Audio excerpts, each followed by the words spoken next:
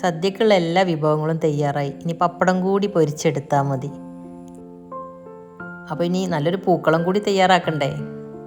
അപ്പോൾ കുക്കിംഗ് ക്ലാസ്സിലുള്ള എല്ലാവരും കൂടി നമുക്ക് അതിമനോഹരമായിട്ടുള്ളൊരു പൂക്കളം തന്നെ തയ്യാറാക്കണം എന്ന് പറഞ്ഞിട്ട് അവർ കത്രിക വെച്ചിട്ടും കട്ടിംഗ് ബോർഡും കത്തിയൊക്കെ വെച്ചിട്ട് ഇതാ പൂക്കൾ റെഡിയാക്കിക്കൊണ്ടിരിക്കുന്നത് കാണുന്നില്ലേ. അതിമനോഹരമായിട്ടൊരു പൂക്കളം തന്നെ നമുക്ക് ഒരുക്കുക എന്നുള്ള തയ്യാറെടുപ്പിലാണ് ഇവർ.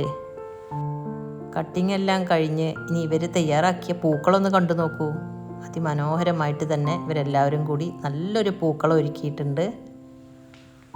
ഇവരെക്കുറിച്ചൊക്കെ പറയുകയാണെങ്കിലേ എല്ലാവരും 2-3 കുട്ടികളൊക്കെ ഉള്ള വീട്ടമ്മമാരാണ്. പക്ഷേ ക്ലാസ്സിൽ വന്നാൽ എല്ലാവരും നല്ല അനുസരണയുള്ള നല്ല കഴിവുള്ള കുട്ടികളാണ്. കാരണം ഇവർ ഒരുക്കിയിട്ടുള്ള പൂക്കളം തന്നെ കാണുമ്പോൾ നിങ്ങൾക്ക് മനസ്സിലാവുന്നില്ലേ. അതുപോലെ തന്നെ ഓണാഘോഷത്തിൻ്റെ ഭാഗമായിട്ടുള്ള സദ്യ വളരെ അതിഗംഭീരമായിട്ടൊരു ഒരുപാട് വിഭവങ്ങളോട് കൂടിയിട്ടാണ് ഇവർ തയ്യാറാക്കിയിട്ടുള്ളത്. അതും നല്ല രുചിയുണ്ടായിരുന്നു.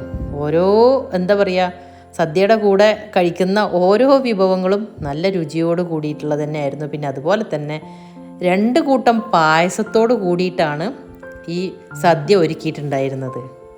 അപ്പോൾ ഞങ്ങളെല്ലാവരും വളരെ ആസ്വദിച്ച് ഓണസദ്യ കഴിച്ചുകൊണ്ടിരിക്കുകയാണ് കേട്ടോ. പിന്നെ ഞങ്ങളുടെ ഓണാഘോഷ പരിപാടിയിൽ കൃഷിഭവനിലെ ജീവനക്കാരും അതുപോലെ തന്നെ മുനിസിപ്പാലിറ്റിയിലെ ജീവനക്കാരും പങ്കെടുത്തു. അത് വളരെയധികം സന്തോഷമാണ് ഞങ്ങൾക്കുണ്ടായത്. പിന്നെ എല്ലാവരും കൂടി കസേരക്കളികളും അതുപോലെ തന്നെ ഓണപ്പൂക്കളത്തിൻ്റെ ചുറ്റുഭാഗം നിന്ന് അവരുടേതായിട്ടുള്ള സ്റ്റെപ്പുകളൊക്കെ എടുത്ത് നാടൻ പാട്ട് വെച്ചിട്ടുള്ള കളികളും ഒക്കെ അവതരിപ്പിച്ചു.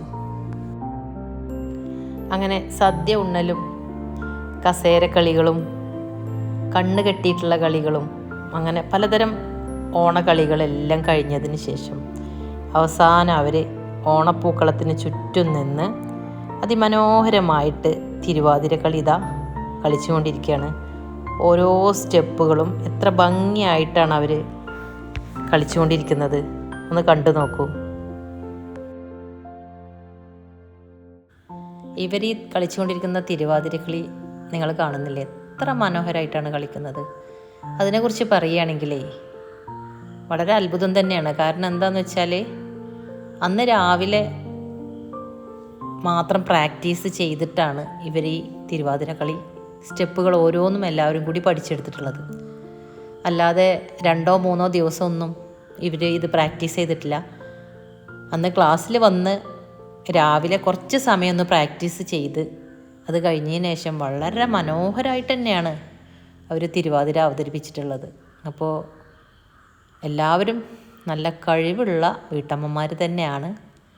പാചകത്തിൻ്റെ കാര്യത്തിൽ മാത്രമല്ല, എല്ലാ കാര്യത്തിലും ഇവർ കഴിവുള്ളവരാണ്.